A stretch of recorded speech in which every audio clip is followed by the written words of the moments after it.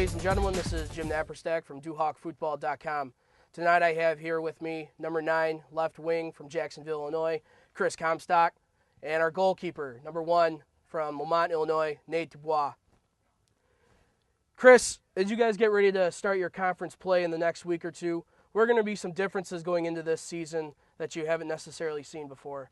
Well, this year's the first year that the regular season conference champion of the men's and women's side will host the tournament. And that right there is a huge foot forward, gives us a really good opportunity to get that automatic bid into the NCAA tournament. And Nate, from a playing perspective, you guys have seen a multitude of different approaches from opposing teams, everything from dropping 8 back to try to prevent you guys from getting into the box, and then on defense, you've played some teams that are extremely aggressive. What do you expect to see as we get into the Iowa Conference? Well, I expect a lot of competitive games. I mean, that's what the IAC is. I mean, those are rival games, and we're looking forward to it. I mean, we're pushing each other in practice and in the games even. Guys are splitting time, and our reserve squad is getting a lot of minutes. Our team is good to go, and we're ready to take on our rivals. Chris, you guys started the season expecting to have junior defender Kyle Markscores and senior defender Malcolm Calvert, kind of heading up the defense. And as of right now, both are their futures for this season are uncertain. So you've had some underclassmen step in. What kind of a loss do you take from not having those guys? But then at the same time, how are the guys that are filling in doing so far? Well, that's the thing that's great about our team. We're so deep. We're 24 players deep. Every game, we play at least 19 players. And that's something different this year that we haven't had in the past. And Berkowitz and Pekovic have really stepped up. And, I really don't think we've lost much in the back, losing those 2 starting defenders. Like I said, they win everything back there, and they're terrorizing opposing forwards. And Nate, for you, it's a little bit different because you've got such a tight-knit and close bond with your defenders. You rely on them, they rely on you. So have you felt that you've lost a step with Pekovic and Berkowitz now starting in the back? Well, not to take anything away from Pekovic or Berkowitz, but when you lose your starters like Calvert and Markscores, I mean, it's going to take a blow to the team. I mean, Malcolm is a captain, and he's one of our best defenders, and him being out, it's taken a hit. But to the credit of Pekovic and Berkowitz, they have stepped up immensely, and I'm very proud of them. I'm excited to see where it's going to go the rest of the season. And both for Chris and Nate, everyone comes into this season with certain goals and expectations. From what you've seen, whether it be yourself or other players on the team, who are some of the guys that are exceeding some of those preseason expectations? Well, for me coming in, I think Flugel, he had kind of a slow start to the season. But as of late, he's been phenomenal. He beats anyone he takes on. And that's great. And also Rommelhart, the other freshman, he's quick, and he gets the job done on the outside. And with Donald just getting on the score sheet for the first time, I think that the floodgates are going to open, and he's really gonna start pouring them on.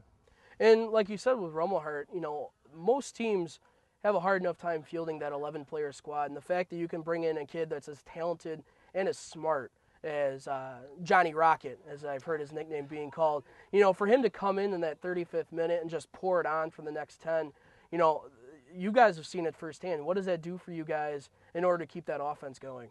Oh, I mean, it's huge. Us first 11, we wear down teams, and then all of a sudden we get a second win with our second 11, and we just pound it to the ground. They can't do anything about it. We just have those fresh legs, and they can't hang with us. Mm-hmm.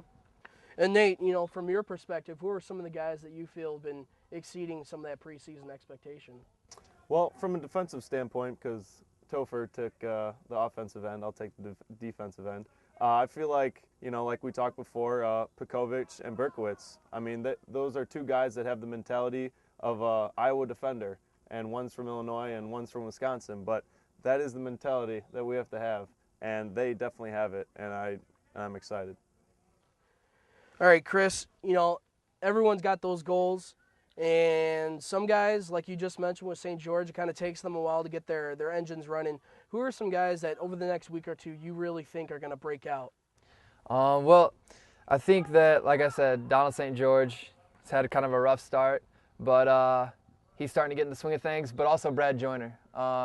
He's been on the score sheet a couple times, and I think he's someone that really is going to step up in the next couple weeks, come conference play and really make a difference. And Nate, for you, who are some guys that you really expect to break out in this next week or two? I was going to pick down St. George, but since Chris took him away from me, I'm going to go with Johnny Rummelhart. After watching him play last night, I feel like he's got some confidence taking on the opposing defense, and I think he's going to do well in this next game. Nate, when you pull that DuHawk jersey on, when you guys get ready to prepare for your game, what goes through your mind?